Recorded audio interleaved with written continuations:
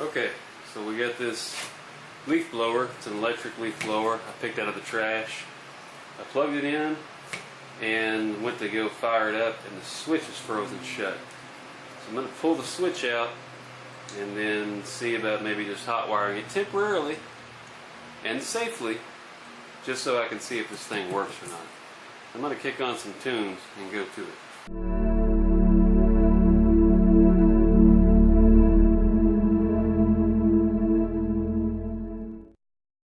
I'm just going to go out on the limb here and just touch these two wires together with my screwdriver and see if it kicks on.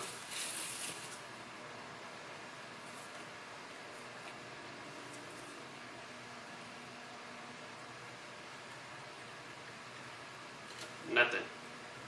I'll break out my meter that I just put back up. It's no fancy flute meter, but it'll do. It even has a stand.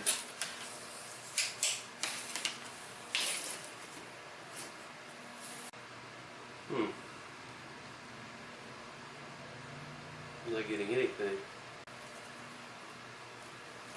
Makes me wonder about this cobbling together here.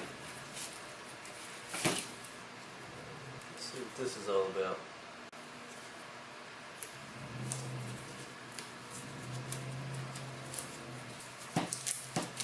They meant business. All this tape. The wires aren't broken. Looks like they did it just to keep it from getting any worse. Let's take this thing apart and see what it looks like on the inside. Oopsies.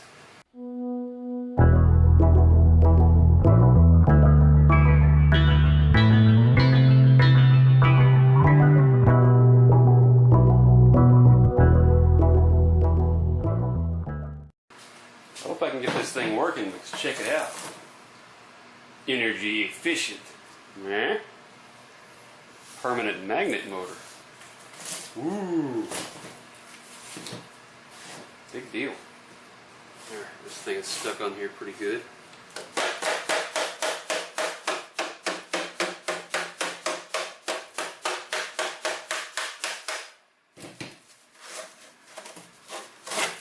It does thread. Well, it wouldn't thread for me. Probably. Well, there's no threads on here. Those aren't threads. Never mind.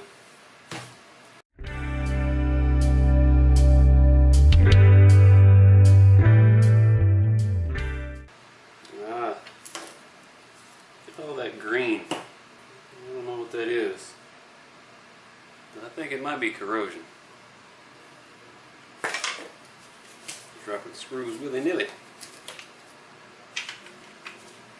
I don't think it matters where they go. Except for these two.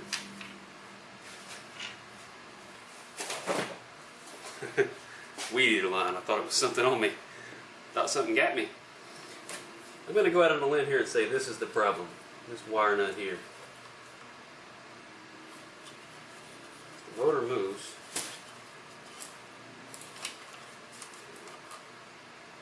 Yeah. I don't think that's a good connection.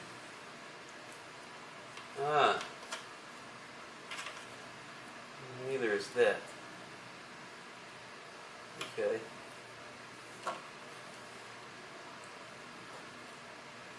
So the wire here was broken and they just twisted it on. And put a wire nut here. So that's the issue. Let's double check and see if we're getting voltage to these wires. Alright, we're hot. Mind yourself.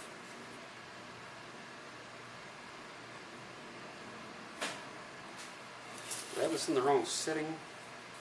Okay, I'm supposed to switch my leads. What am I doing wrong?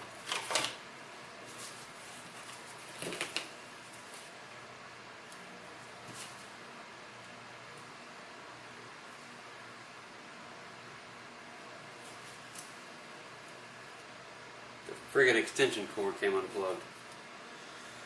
Lost in Billy Frigates. Okay. So that negates all my tests, but still we know that's an issue that needs to be fixed. So it's no big deal. Kind of glad it happened. But now I'm going to check again. See if this power cord's any good. What's left of it. Yep. Looks like I might be able to save this just for grabs and giggles. Let's plug it in and see if it even tries to come on. It should, because everything's touching.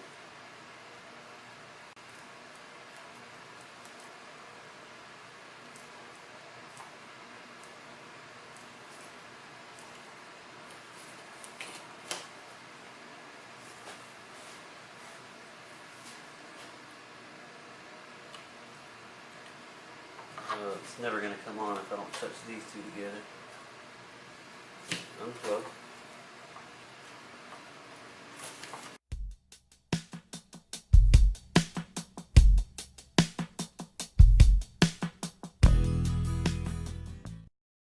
I'm well aware of how dangerous this is, so don't try this at home.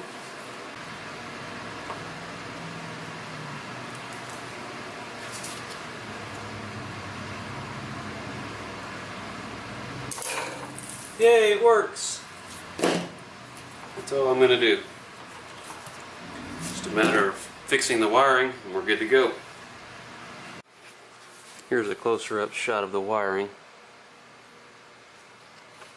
See how janky it is, how green it is in there. And this is the piece of wire they had in there. No wonder it didn't work. But it's going to work when I get done with it. That's my middle name. That's a really long middle name. Allow myself to introduce myself. Hey, I'm so-and-so. It's gonna work when I get done with it, so-and-so. So I took the cover, the motor cover off of this blower, and judging by the condition of it and the amount of sand that I've poured out, I can only assume that this thing spent some time at the bottom of the ocean before it ended up in the trash heap. So I need to take this apart and clean it up so that it can have a shot at a decent life. Check out the brushes and what have you. So looks like that's what I'll be doing on a rainy Sunday. Yay. I got her tore all apart. I popped the brush holders out. It looks like there's still plenty of life left on these brushes, so I'm going to leave them alone. I'm not even going to worry about cleaning up the commutator or anything. Just put them back in. Fix my wiring, and last night I soaked this switch in penetrating oil and I got it to work. So I still don't know if it's making contact electrically, but at least it operates mechanically. So I'll find that out once I get it all back together. If it doesn't work, I can still get this switch. This switch actually is discontinued if you go looking for it for this blower. But if you put the part number in, it's actually used on Poulons and a bunch of other ones. So you can still get it, like $3 or $4, no big deal. So, back to the grind. Here's a little look at the circuitry, if anyone is curious. So this is even though this runs off of AC, you plug it into the wall. The motor itself is DC. One of the giveaways is the plus mark that's stamped on the case here, and the corresponding negative mark right here, focus. There's the negative mark. The second giveaway is this little circuit board they got here. So basically what you've got is, depending on which position you put the switch in, you've got the power coming from this switch is all the same, but where it ends up on this board is different. So it either comes in here and then goes through some diodes. This is basically a rectifier, so it's converting the AC voltage to DC. And then there's a series of resistors in here too. So depending on which wire the power comes in with or on, let's put it this way. Let's dumb it down because I'm not smart enough to say it any other way. The pixies, if you will, come in either the red wire or the black wire, and depending on which wire they come in, they take a different path through various resistors and diodes, and they end up over here powering the motor. And the different paths they take determine the voltage that they are when all is said and done. So that's how you get your different speeds on this motor. At least that's my interpretation of how this works. Pretty sure I'm right. I tried tracing the path on the back side, but to be honest with you, just looking at it and using what little brain power I have and my limited knowledge of circuitry, DC, I'm really good with DC, which this is at the end of the circuit board, but it's AC back here. And well, I'm good with DC wiring in general. Circuit boards, not so much, don't have a lot of experience with them. So it's hard for me to trace that exactly and say, oh yeah, sure, this goes here and that goes there and Bob's your uncle. Not quite that easy for me. But I know what's going on here. And I understand the concept. It's just, you know, I probably couldn't design something like this, even though this is extremely simple, basic, very elementary, my dear Watson. It's a little over my head at this point. It's just a whole different world. I don't know if I feel like delving into that right now. I'm rambling. So that's what's going on here with this thing. Yep. So I got to thinking I needed some kind of a strain relief. Since this, even though there's a strain relief built into this cord, it was loose and it would slide up and down these wires. And so I noticed there's a boss in here for a strain relief. And I don't know, it doesn't look like there's ever been anything threaded into these holes. So I got to looking around and I found some 1/4-inch midget straps. I don't call them that to their face, they don't like that, but that's what they're called. So my thought was to make something like this work, and I was going to have to drill a new hole and probably squeeze these in a bit, and I was going to stack them one on top of the other. The cable would go in the middle, and then when I put a bolt in there, tighten it down, it would squeeze these together and clamp these wires. And I was just about to get started on that, and then I thought, hey, wait a second. I just picked up some CA glue, super glue. I was like, I bet you that would work. So I just slid this strain relief down, slathered up the cables. Well, first I cleaned the cables with brake clean, get them all nice and oil free. And then I just put this crazy glue on the wires and then slid this cable in back down. Gave it a few seconds to dry, and now it worked. Super tight.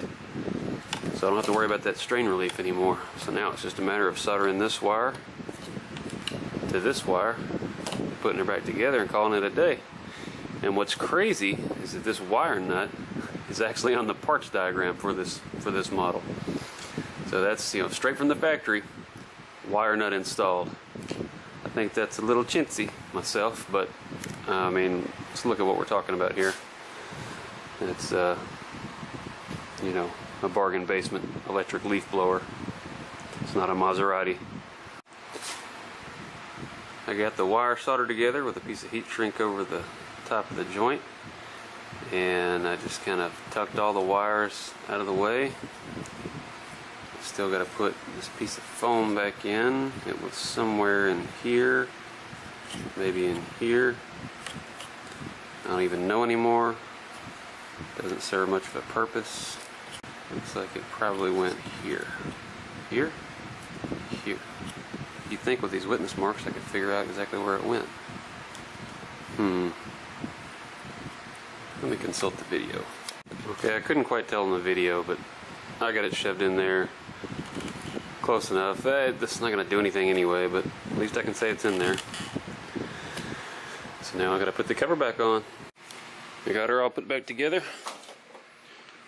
Let's give her the acid test. It's hard to do this with one hand. Ready?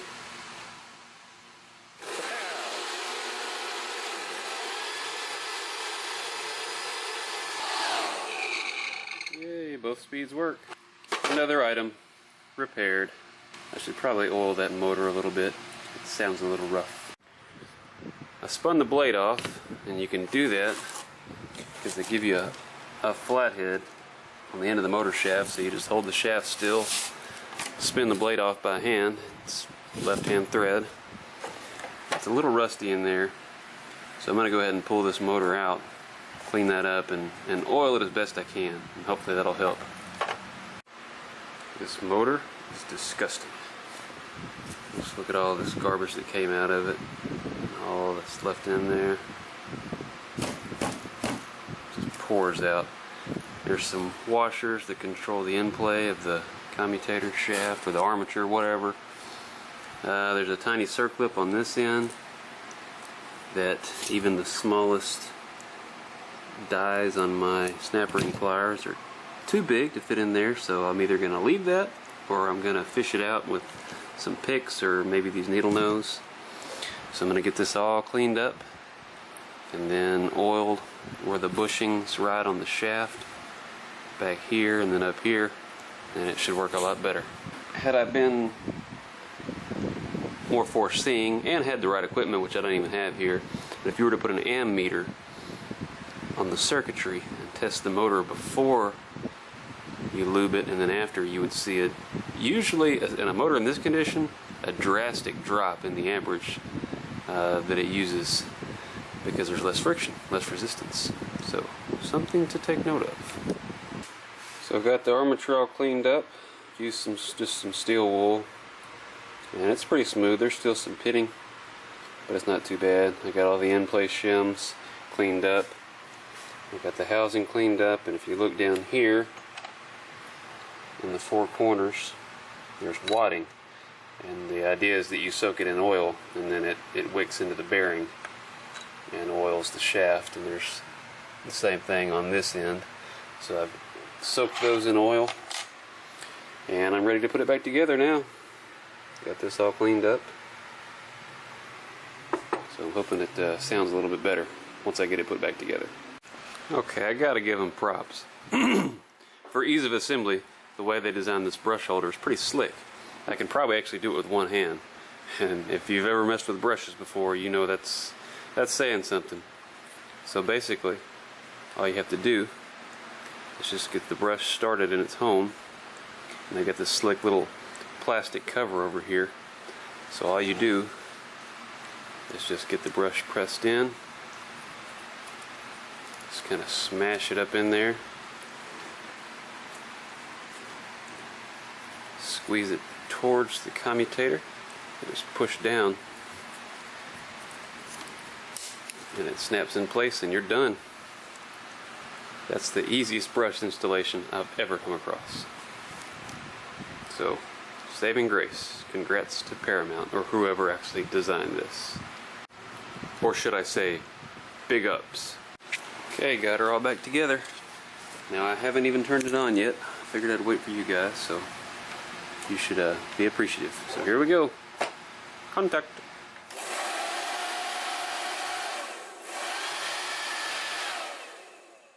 It may not come through in the camera, but it sounds way healthier than it did before. And when you turn it off, it doesn't go. So, I am pleased. Now I have a working blower. I can either use it for its intended purposes, or maybe I can come up with something else. Or